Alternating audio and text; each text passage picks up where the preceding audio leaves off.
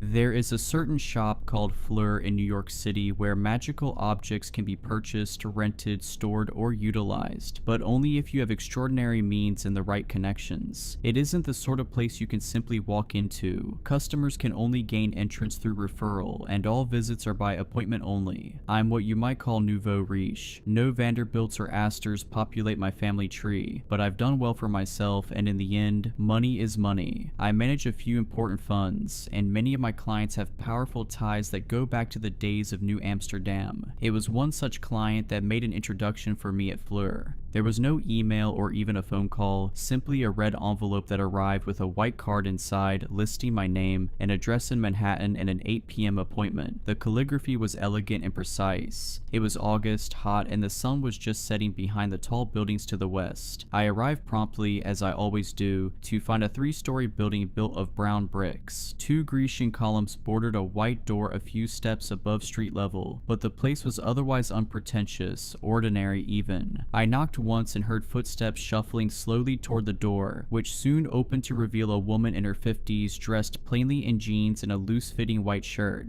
"You must be Tara," she said. "I'm Angie, the proprietress. Please follow me." I took a step inside, carefully closing the door behind me. Inside, the house was cozy and clean. I'd expected a crowded maze packed with objects. Instead, we passed an ordinary sitting room with threadbare couches and a kitchen with basic appliances and outdated tile countertops. "It's not what I expected," I said, knowing the words were rude even as they left my mouth. "When I was younger, I was vain," said Ina. She had a bit of a Midwest accent that made me want to discount anything she said. I had plenty of tools at my disposal, and I'd show up at that door glammed up to make men drool and women jealous. In the end, it brought me more trouble than joy. I should have listened to my father. He ran this place for decades before he handed me the keys. He always said it's best to hide in plain sight. Now, I see the wisdom in that. For a moment, something in the periphery of my vision flickered, and in Inga's place I glanced a much taller, thinner woman in a glittering evening gown. Her red hair shimmered like it had been woven with strands of tinsel and fell halfway down her back. Black and green tattoos snaked down her arms. The inks moved slowly beneath her skin. As I followed her into an austere office, the flicker went away and I saw the plain version of her again, smiling at me as if we now shared a secret. "So," she said, "I'm aware of your situation. I sympathize." "Do you have children?" I asked, and she shook her head. "I've never wanted them," she said. "It complicates this line of work. Certain clients see fit to threaten your family's safety if they can't get what they want. Things get quite ugly." She said this with an air of someone who'd crossed many dangerous people and come out on top. I thought it best not to inquire further. "I've tried all the normal methods," I said. "Hormones, IUE, IVF. I was trying not to betray any emotion, but I felt my chest constricting. I'd hate myself if I cried in front of this stranger. I just thought if maybe you had some kind of ointment maybe, or a charm." Jesus, I can't believe I'm saying this out loud. She held out a hand, gesturing for me to do the same. Then she took hold of my wrist and spit in my open palm. I tried to draw it back, but her grip was far stronger than it should have been. She rubbed her thumb in small circles all around my skin until the spit was spread evenly. Then finally, she released me and slowly nodded. "Unfortunately, none of the usual methods will work in your case," she said. "There's something blocking you."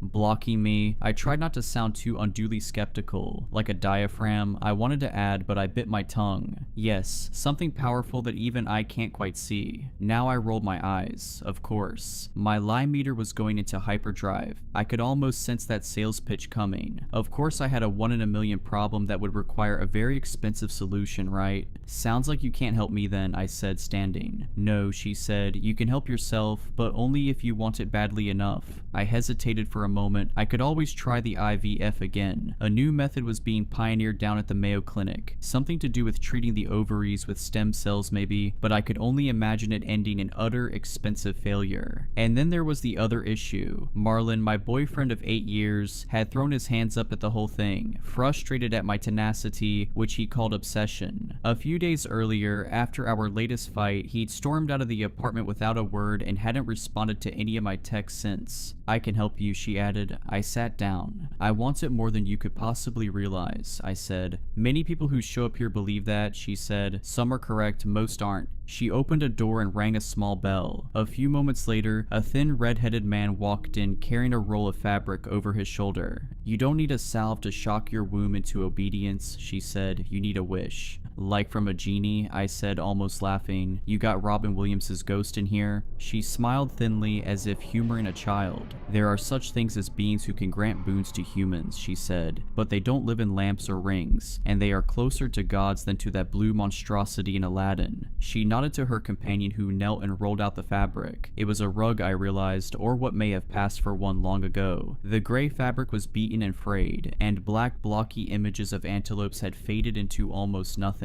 The rug is from the Ubaid period, roughly 4800 BCE, explained Inga. Even were it not charmed, it would be one of a kind amongst the oldest textiles in existence. By the same token, it's likely that it had survived for so long precisely because of its supernatural qualities. I had to stop myself from making a joke about magic carpets. Inga looked deadly serious now. In the popular imagination, magical objects are portrayed as easy fixes, said Inga. A lamp you rub or a sword that slices through stone, a carpet that flies. In reality, most enchanted objects can only be activated through extreme effort and determination. They're merely a foot in the door to seeking supernatural aid. The true effort comes from the seeker. So how does it work? I asked. To contact the being tied to this rug, you must kneel on it for 3 days and nights. During that time, you may not sleep, eat, or drink. If you have proven the strength of your resolve after 3 days, the spirit will visit you in your desire. And I can wish for anything. Most wishes are acceptable, but it's good to know ahead of time that there are limits. You cannot use the wish to kill a living thing or to negate the wish of another. Such things are against the nature of the spirit. It is a generous being by nature, looking to grant the heart's desire of the worthy.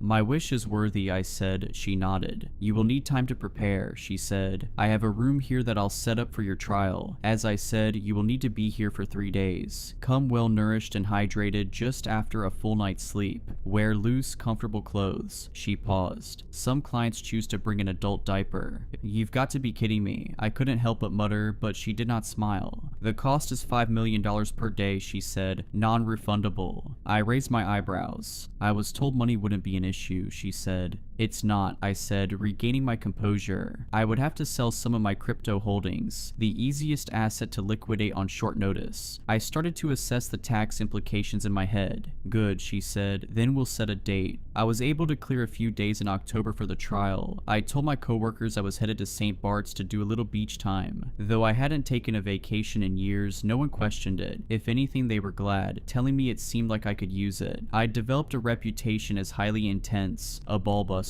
I think everyone was happy to get a break from me for a few days. I did finally hear from Marlon. He called to let me know he was coming for his things and that he hoped I wouldn't be there when he arrived. It hurt to lose him, but I told myself I was better off moving forward alone. Perhaps I just didn't want to endure the embarrassment of explaining my visit to Fleur and the trial awaiting me. If anything, Marlon was even more of a skeptic than I was, but he wasn't the kind of person who really truly wanted anything. He'd gone along with the baby plan partly because of me and partly because it was the thing people did. But I know he never really fantasized about holding a newborn in his arms, taking joy in her little coos and laughs. He was simply along for the ride until things got too hard, and then he wasn't. It was all for the best. If the wish worked as promised, I wouldn't need Marlon or any man. The baby would be all mine. In the days leading up to the trial, I did everything I could to prepare. I caught up on sleep, ate at a small caloric surplus, and did a daily yoga routine to loosen my joints. Embarrassingly, I also prayed to a small statue of Mary my mother had given me as a girl. It was one of the few objects I'd kept from childhood, and I certainly wasn't Catholic anymore, but it felt like it wouldn't hurt. Finally, the day came. I arrived at Fleur and ascended the steps. The door opened before I could even knock, and Inga gestured for me to enter. She was dressed in a sort of white linen uniform with a tan apron. She might have looked at home in a day spa. Indeed, she handed me a glass of ice water with a cucumber floating inside. It's important to hydrate and best to empty your bladder before you go in, she said. Then looking me in the eye, she added, Is your resolve as strong now as when we last met?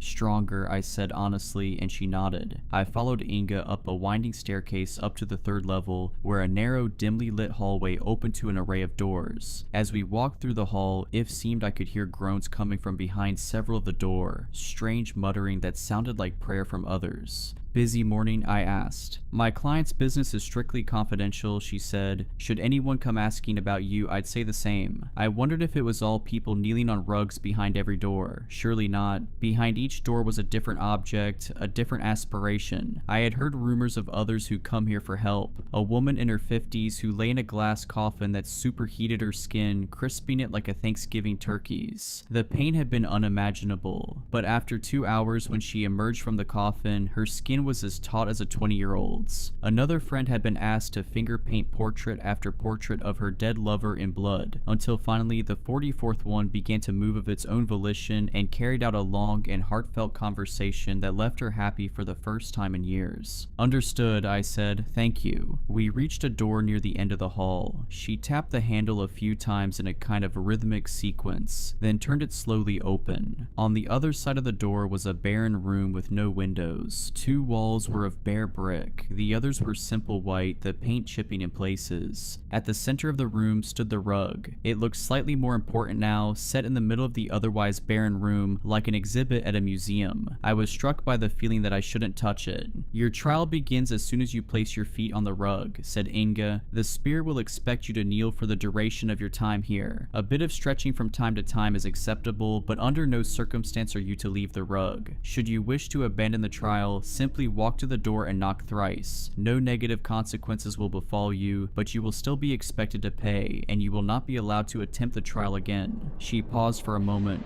I should have asked this before, she said, but as I mentioned, there's some kind of blockage preventing you from having a child. Do you have enemies? Someone who would care enough to curse you? I tried to think. I'd upset plenty of people in my life, especially at Word. I had ruined certain companies, effectively putting my boot on their necks when they showed the first signs of weakness. I'd sparked selling frenzies that tanked stock prices and ruined small financial empires. An angry tech bro had once pelted me with a milkshake as I left the office. I don't think any of my enemies believe in this stuff, I said, and she nodded. Good, she said. The trial begins now. She walked outside, closing the door behind her, and though I was now the only person in the room, I didn't feel alone at all. The rug had a presence to it, I realized, just not necessarily a human one. Slowly, I removed my heels and circled the rug. The floor was frigid against my bare feet, cold enough to be uncomfortable, yet I found it difficult to will myself to step onto the fabric. Finally, I shook my head. I was being stupid. I would get on the rug. I had never shied away from anything simply because it was hard. This time would be no different. The first few minutes were unremarkable. I knelt on the old fabric and stared blankly at the wall. Years of classes, yoga, barre, Pilates, etc. had trained me for this moment. If anything, when I closed my eyes, I could pretend that I was simply holding child's pose for a bit longer than usual, and that I'd soon be hitting the shower and indulging in a green smoothie. As time wore on, it became harder to maintain this fantasy. My muscles began to ache, and I shifted to other sorts of kneeling, sometimes with my torso elevated, sometimes lying forward and touching the rug with my fingertips. Initially, the rug had seemed to possess no smell, and I imagined it had dissipated over the course of millennia. Now though, with my mind emptied and my senses heightened, I caught notes of odd scents, a kind of burnt one emanating from the black dye and a musky, earthen one from the fabric itself. Did they have sheep back in the olden days of the Fertile Crescent, or had this been woven from the hair of some other animal? The pain became worse. My lower back and knees throbbed. How long had I been kneeling now? Surely not more than a few hours. Was I really ready to endure this for days? I'm going to stand and stretch now, I said, feeling like an idiot. I hope that's okay. That doesn't break the rules, right? There was no response, and I felt extra stupid. Okay, I asked one last time. Looking up, I seemed to spy a haze of something at the far end of the room near the wall in front of me. An old woman was sitting in a chair knitting. For a moment, she looked up from her work and met my eye, then she slowly nodded, giving me permission. Carefully unbending my knees, I stood. The relief was immediate. The fire that had been burning in my joints went out as if doused with a bucket of water. This is still the easy part, said the old woman quietly from the far side of the room. If you don't have the will to continue, better to quit now. There's no prize for quitting halfway or even at the 3/4 mark. You've never met anyone with a will like mine, I said. She snorted a little and went back to her knitting. Kneel, she said quietly, and then she disappeared. The pain grew worse, and if it was just pain, it might have been easy, but your mind plays tricks on you when you hurt. It'll tell you that you're doing permanent injury to your knees and ankles. It'll ask if the tingling sensation in your toes is nerve damage. Could your spine itself be in jeopardy? Will you still be able to walk at the end of all this? But through all of it, I didn't stop kneeling. Every time an intrusive thought arose, I made myself think of my daughter. At times, it was almost as if I could see her. In the vision though, she wasn't a baby, but a woman fully grown, perhaps even my same age. She stood behind the old woman, a hand on her shoulder. She stared at me as if looking for something, perhaps wondering if I'd soon give up, if she'd never come to exist. This wasn't the first time I'd seen my daughter. Since I was a teenager, I've had vivid dreams about her, us at high tea in matching dresses, arguing the merits of English breakfast and Earl Grey, me at her college graduation, my eyes welling with tears as she collects her Princeton diploma, me popping a bottle of champagne to celebrate her putting the down payment on her first apartment, a little one-bedroom in Brooklyn. It was all so clear that it seemed inevitable, like the dreams were a reality just waiting for me once I reached the proper time. I knew I was destined to become the mom that my own mother never was. Yes, my mother was a disaster. She'd moved to New York from rural Virginia, assuming she'd be discovered by some producer at the cafe where she worked and book her ticket to Broadway. Every morning she spent an hour in the mirror, preparing for her big break, but it never came. Instead, there was only an endless procession of men, some with promises of fame and fortune, but mostly just a string of losers that grew increasingly dangerous. I don't like to talk much about that period of my life, except to say that it was terrible and not something I'd wish on anyone. It all ended when I was 12 and came home from school to find her half dead off a bag of gray powder, lying on the couch beside her fully dead boyfriend. I went to live with one of her cousins in Brooklyn after that. She had 2 daughters of her own and worked almost constantly. To her credit, I wasn't treated any worse than her biological children, but that's not saying much. At best, we were all seen as burdens, but at least I was safe. I suppose it made me tough and eager to be nothing like my mother. I grew up hating her and had very little contact with her once I stopped living at her place. At some point, I heard that she died falling from a balcony, an act that may have been self-inflicted or at the hands of a jealous boyfriend, though the truth was never discovered. I chose not to attend the funeral. I suppose I was driven to be my mother's opposite in every way. Through high school, my grades were perfect and I never dated. I told myself that when I was older, I would give my daughter the things I never had. A clean apartment looking over the park, and a stable dad who never drank and woke up early each morning to brew coffee and read the news. A mother who loved her above all other things. I looked up at the old woman. My daughter's shade stooped down and whispered something in her ear. "What?" I asked, attempting to bend my head up to look at them. I realized I barely had the strength to do so. How long had I been here now? I had no phone, no watch. The room had no windows. It could have been the first day or the second, certainly not the third. "She says that you could never love her above all other things," the old woman muttered. "You love yourself too much." Had they read my thoughts? "What does she know?" I asked. "She doesn't know me. She's not even real."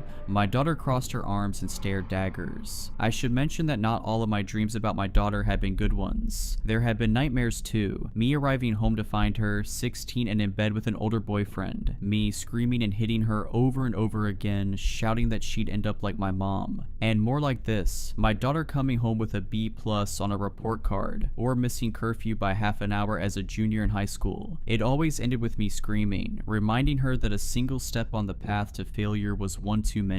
I would wake from these dreams full of anger at her, incredulous that my imagined daughter could betray me in such a way. At some point, my right knee gave out. I wasn't sure if the joint had ruptured permanently or if it just needed some rest, but there was physically no way I could make it hold position. I collapsed face first onto the rug and looked up at the old woman as if to ask if this was acceptable. She nodded almost imperceptibly. At some point that I had soiled myself. Not quite sure what to do, I removed the stained pants and underwear and tossed them to the side of the room. Then, for whatever reason, I removed my shirt as well, throwing it after the others. I lay curled in a naked ball, looking weakly up at the old woman who kept busy with her knitting. "How long?" I asked, but she didn't answer. Beside her, my daughter never took her eyes off me. She was smirking just a bit, reveling in my pain. She was the bad girl, the one I'd seen in my dreams. She would disobey me. I would come home from work to find her in a cloud of pot smoke listening to an old Nirvana album, and I would rip the buds from her ears and smash them underfoot over and over again until they were plastic dust. "Give up," she mouthed. And never, I tried to say, but my lips were chapped and bleeding and the words caught in my throat. I knew then that I would amend my wish. I would wish for a good daughter, not her, not the brat looking down at me from the old woman's side. I tried to give voice to these thoughts, to shout them at my daughter, and found I could not. For the first time I felt a pang of true fear. Not that I would give up, but that I would die here, naked on this rug, before I had a chance to make my wish. There had been no promise that I would live. How long could the body go without water? I would have drunk from a gutter or a horse trough were it in front of me. Anything. Shadows were dancing all around the room, a great revel, all ready to carry me off to somewhere dark and permanent. I knew I could make them go away. I could roll off the rug, crawl to the door, beg to be let out, but I would not. I would never relent. My daughter shook her head and, "See," she said, "she'll never bend." The old woman looked up at me and nodded, and I realized that the rug had extended now, growing longer. It reached all the way to the old woman, stretching out to her feet and upper legs, all the way to the needles in her lap that were knitting it longer and longer. She gestured for me to come closer, and I began to crawl, naked and chapped. My right knee fully numb, I dragged myself to her feet. "Tell me what you desire," she said softly, not meeting my eyes. "You know," I said, "you need to say it." "A daughter," I said, "my perfect daughter." She thought for a moment. "I'm sorry," she said, "I cannot help you, the rules are the rules." "What are you talking about?" I choked as I asked the question, my throat dry and painful. "Your wish cannot negate the wish of another," she said softly. "I don't understand," I said. What was she talking about? The woman held up the bits of yarns in her lap. They seemed to vibrate, the dancing threads throwing darkness on the wall like shadow puppets. In these shadows a vision formed. It was my daughter years in the future, my same age. She was here in this very room, kneeling on this very same rug. Time moved in fast motion as I watched her suffer just as I had. Her body breaking down, her mind drying into a husk as the lack of sleep and water broke it. But in the end, she too survived the trial. She too crawled to the old woman to make her wish. "I don't want to die," she said through chapped lips, "but I wish I was never born. Could you do that for me?" The old woman looked up at her curiously. "Perhaps. Why is this your wish?" "Because I have never been happy, not one day in my life," my daughter said, blinking away tears. "I had a mother who screamed at me for the slightest misstep. She demanded perfection, and I tried to give it to her. I gave her everything she wanted. I went to Yale, then Harvard Medical School. There's no better doctor in the city, but every day I come home and wish I'd die in my sleep. I haven't spoken to my mom in years, but I still hear her screaming. The second I start to feel happy, she's right there in my ear, telling me I don't deserve an ounce of joy in my life." The old woman nodded. "I can give you what you wish," she said. "Wait," said my daughter. "If you grant the wish, what happens?" The old woman gestured to the work in her lap. "It would be a bit of bother," she said. "I'd have to unravel this a bit." She gestured to the yarn in her lap, still attached to the rug. 38 years worth of work, back to the time of your conception. I'd nudge things just a little bit. A different baby would fill her belly.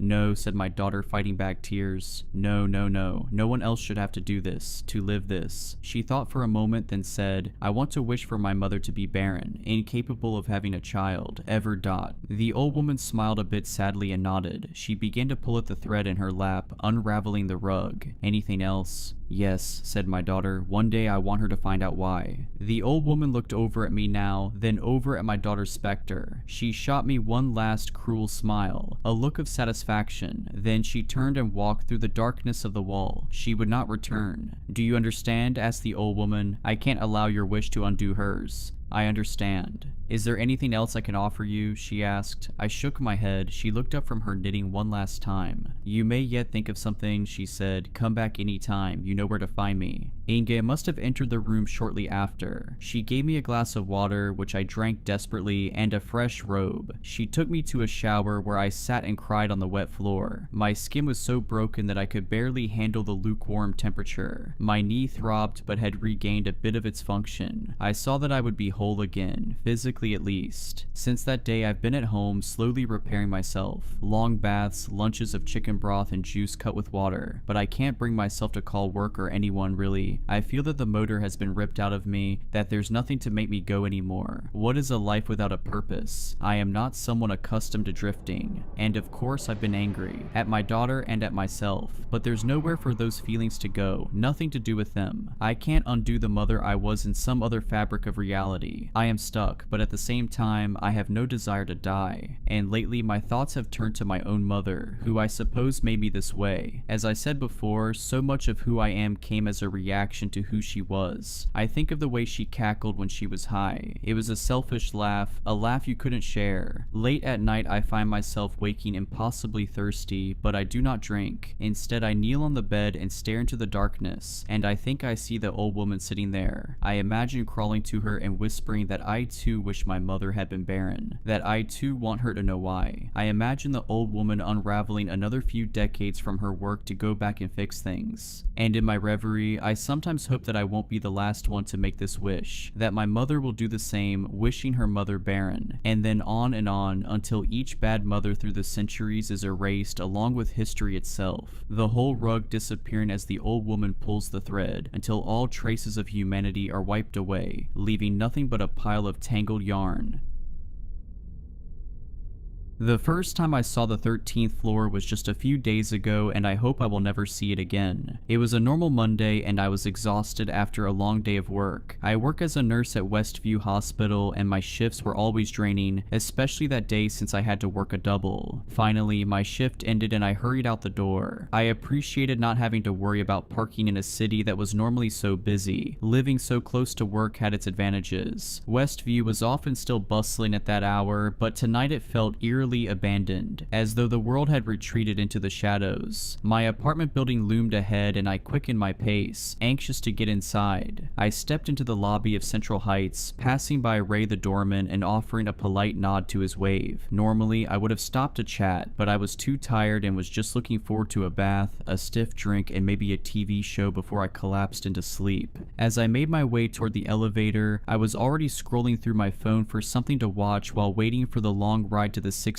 floor. I pressed the button and suddenly felt a strange sensation. The hair on my arm stood on end and I felt like I was being watched. I glanced over my shoulder but saw nothing. No one was in the lobby. Ray was still at his station, absorbed in a novel. It must have been nothing, I tried to reassure myself, yet the feeling persisted, like unseen fingers trailing along my spine. When the elevator finally arrived, I stepped in without hesitation. I quickly pressed 16 and waited. Out of the corner of my eye, I noticed something odd. A powdery white dust near the elevator console. I checked myself to make sure I hadn't gotten any on me, but there was no trace of it on my clothes or skin. Then I looked closer and saw a chalk-like smudge right on the console between the numbers 12 and 14. A disturbing chill ran through me as my hand hovered near the strange mark. I paused, processing the bizarre sight before the bell chimed and the doors opened to my floor. Shrugging off the unease, I stepped off. I walked down the hall to my apartment and sighed with relief that my day was over. As I approached my door, eager to collapse onto my couch, I rummaged through my bag. A knot formed in my stomach as I realized my keys were still at the hospital, left on the break room counter. I groaned and trudged back to the elevator, resigned to having to retrieve them. I pressed the down button, and after a brief wait, the door opened, not far from where I stood. To my surprise, I wasn't alone in the elevator. There, occupying the small space, was an impossibly large figure draped in a long white coat. Their face was hidden by a hood, and their tall, rail-thin form exuded an unsettling presence. I took an instinctive step back, disturbed by the sight, but I tried to steady myself and not stare. I considered waiting for the next elevator, yet the door wouldn't close. The figure remained motionless, its hood concealing any trace of expression as it stared impassively. Realizing I had no way to get back to my apartment without my keys, I reluctantly stepped into the elevator with the tall figure and pressed the button for the lobby. That's when something made me do a double take. Even with the giant hooded figure standing silently beside me, I noticed an extra button on the panel, a softly glowing 13. It wasn't there earlier when I'd gone up to my own floor. I noticed the 13th button bore a large imprint of white chalky powder, and I saw that the looming figure's feet were also surrounded by that same odd substance. The elevator lurched into motion as I felt a cold dread wash over me. The buttons on the panel flickered in a strange, otherworldly rhythm as the elevator began its descent. The The hooded figure beside me remained completely still, filling the confined space with an oppressive silence. I felt its unseen gaze upon me, its face forever obscured by the hood. My breath caught when the elevator slowed and the digital display above the doors flickered from 14 to a distorted blur, then to a number that sent a chill coursing through my veins, 13. When the doors slid open with a hollow clang, a dimly lit hallway unfolded before me, a place that didn't belong in my building. Thick, damp air spilled out, carrying the scent of old dust mixed with a trace of something metallic. My heart pounded as the figure stepped forward with an unnervingly fluid grace. Pausing in the doorway, it slowly turned its hooded head in my direction, as though silently inviting me to follow. I stood rooted to the spot, unable to move. My legs refused to budge as my mind screamed for me to run, to shout, to do anything other than step further into that dark, unnatural space. Suddenly, I felt lightheaded and tried to steady myself against the elevator wall, but before I knew it, I crumbled to the floor, unconscious. When I came to, I sat up abruptly and nearly screamed, only to realize that I was still in the elevator. It had descended back to the lobby, and the strange hooded figure was nowhere to be seen. I had no idea how I passed out. Perhaps I was more exhausted than I thought, yet it had felt so real, too real. I'd never experienced such a vivid nightmare before. As I stepped out, I glanced back at the elevator panel one last time and noticed a faint smudge of white powder near it. Shaken, I left and headed back to work to retrieve my keys. When I got back to my building, Ray commented on how stressed I looked. I told him it was nothing more than bad nerves after a long day. He nodded and I pressed on. Yet when I arrived at the elevator again, that inexplicable, unsettling feeling returned. Despite how late it was and how tired I felt, I decided to take the stairs. I was sweating and utterly exhausted after the climb, but eventually I reached my apartment. I chose to forgo the bath in favor of a quick shower and then went straight to bed. The next morning on my way to work, I was disturbed to see paramedics gathered outside the building. Approaching Ray, I asked him what had happened. His face was drawn, his usual smile absent. Leaning in closer and lowering his voice, he said, "It's Mrs. Donovan from 1406. They found her this morning when she didn't answer her door. Her daughter called worried when she couldn't reach her." A chill ran through me. What happened to her? "Nobody knows for sure," Ray replied, glancing toward the paramedics. "The police say it looks strange. There are no obvious signs of what killed her, but..." He hesitated, shifting uncomfortably. "They mentioned she was covered in some kind of white powder, like chalk or something. I've never seen anything like it in my 30 years here." The world seemed to tilt beneath me. White powder, just like in the elevator, just like in my nightmare. "Did you know her?" Ray asked, noticing the pallor in my face. "Not really," I managed to say, my mouth suddenly dry. "I only passed her in the halls sometimes." I tried to recall her face, but all I could conjure was a vague image of an elderly woman with silver hair who always nodded politely when we crossed paths. "They're saying it might have been sudden cardiac arrest, but who knows," Ray continued. "Poor woman, living alone all these years after her husband passed. At least it was quick, whatever it was." I nodded mechanically, my eyes fixed on the elevator doors. I thanked Ray for the information and mentioned that I had to get to work. Yet deep down, I felt disturbed. I had wanted to dismiss the unsettling news about the tenant found dead, but with that bizarre substance mentioned, it was eerily similar to what I'd seen with that tall hooded figure. The thoughts clung to me, refusing to let me find any peace. The rest of my workday passed in a hazy blur, and I felt detached from everything as I struggled to process the bizarre events of the previous night. I hurried home with anxious dread gnawing at the back of my mind. Arriving back at my apartment building, I mustered the courage to approach the elevator again. The metallic door slid open with a soft ding, and though I hesitated for just a moment, I stepped inside. My eyes darted around the small, dimly lit space, half expecting shadows to flicker in the corners. Taking a steadying breath, I pressed the button for my floor while carefully scanning the panel for anything unusual. This time, the area between the numbers 12 and 14 was clean and unmarked, devoid of any peculiar chalky residue.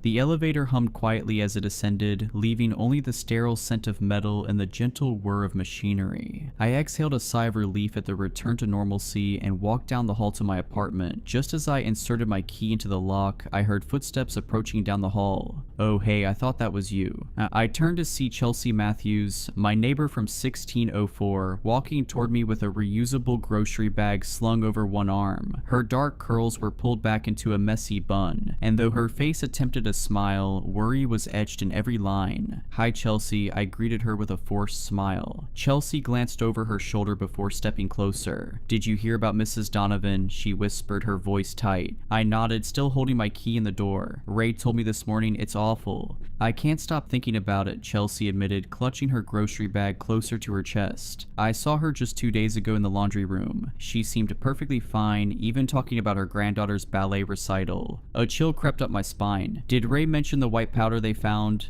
Her eyes widened. "Yes. That's what's so strange. My sister works at the police station as a clerk, and she couldn't tell me much, but she said the investigators were baffled. It wasn't any kind of drug or poison they recognized, just this weird chalky substance all over her apartment." Her voice dropped even lower. "The medical examiner still hasn't determined a cause of death." My legs felt weak as I leaned against the doorframe. "That's disturbing." "There's something else," Chelsea confided, stepping even closer. "Mrs. Donovan mentioned something weird the last time I saw her. She talked about having nightmares of a tall figure in white visiting her at night." She shook her head. "I assumed it was just an old woman's imagination, you know, but now..." The key slipped from my fingers, clattering against the hardwood floor, making Chelsea jump. "Sorry," I mumbled as I bent to retrieve it with trembling hands. "Did she say anything else about this figure?"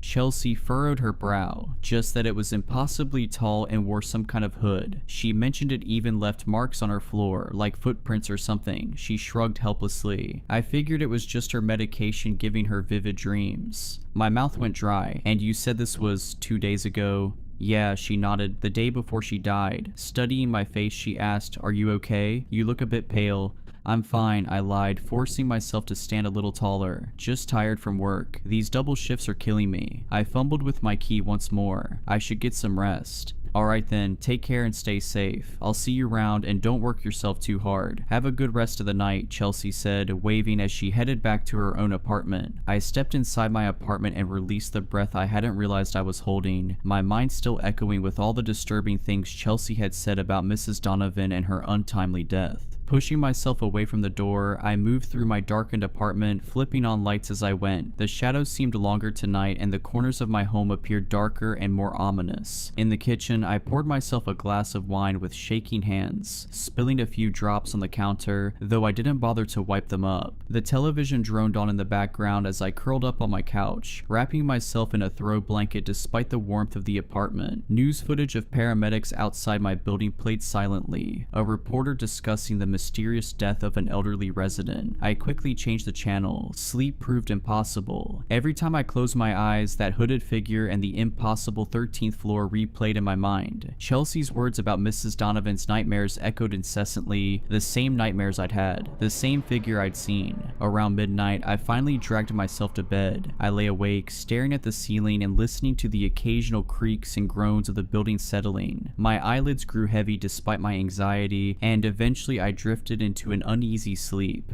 I woke with a start, my alarm blaring beside me. For a moment I felt disoriented, unable to tell if I had truly slept or merely closed my eyes for a few minutes. My body felt heavy and my mind foggy as I dragged myself out of bed and into the shower. The hot water did little to wash away my unease. As I dressed for work, I found myself continuously glancing toward my door, half expecting a knock or the turn of the handle. I chided myself for being irrational, but couldn't shake the dread that had firmly taken root in my mind. My morning routine took longer than usual. Every sound startled me. By the time I was ready to leave, I was already running late. I hesitated at my door, took a deep breath, and stepped into the hallway. The corridor was quiet, with morning light filtering through the windows at each end. I locked my door and headed toward the elevator, only to freeze mid-step. There, in the middle of the hallway, stood Chelsea. I recalled that she worked at a different hospital across town, yet she was in her hospital scrubs, though they looked rumpled as if she'd slept in them. Her hair hung loose and tangled around her shoulders. "Chelsea," I called out cautiously, "are you okay?" She didn't respond at first, remaining perfectly still with her gaze fixed on the wall. Something about her unresponsive stillness sent a chill down my spine. "Chelsea," I tried again, gently reaching out to touch her shoulder. At my touch, her head snapped toward me, but her eyes remained unfocused, gazing through me rather than at me. Her pupils were dilated and her face looked unnaturally pale. "It comes at night," Chelsea whispered, her voice raspy and strange. "The shadow of death, it wears white but leaves darkness. It marks them first. The 13th floor, it's waiting there." My blood ran cold. Chelsea, what are you talking about? There is no 13th floor. I saw it last night, she continued, her voice slurring slightly. In the elevator, the button appeared, white dust, so cold. She shuddered violently. It knows who's next. I gripped her shoulders, shaking her gently. Chelsea, snap out of it. Blinking rapidly, Chelsea's eyes gradually focused. Color slowly returned to her face as confusion took over. She looked around disoriented before finally recognizing me. Why am I in the hallway? She murmured, touching her forehead and wincing. God, I have such a headache. Was I sleepwalking?